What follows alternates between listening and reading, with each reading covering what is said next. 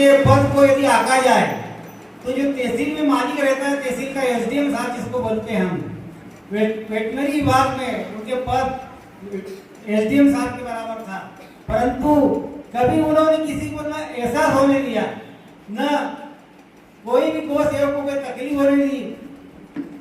तो कहीं पर भी जाते थे, कहीं पर भी जाओ तो डॉक्टर कोरी जी का नाम चलता था, क्या डॉक्टर कोरी जी है।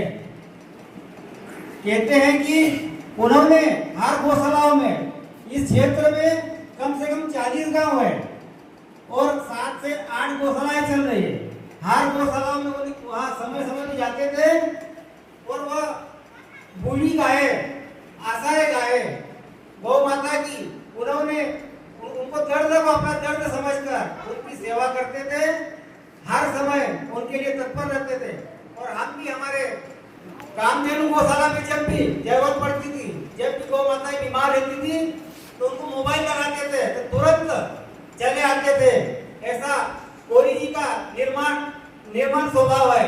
वो बहुत ही अपने पद का न ही कभी उन्होंने दुरुपयोग किया, न ही किसी को कोई कष्ट पहुंचाया।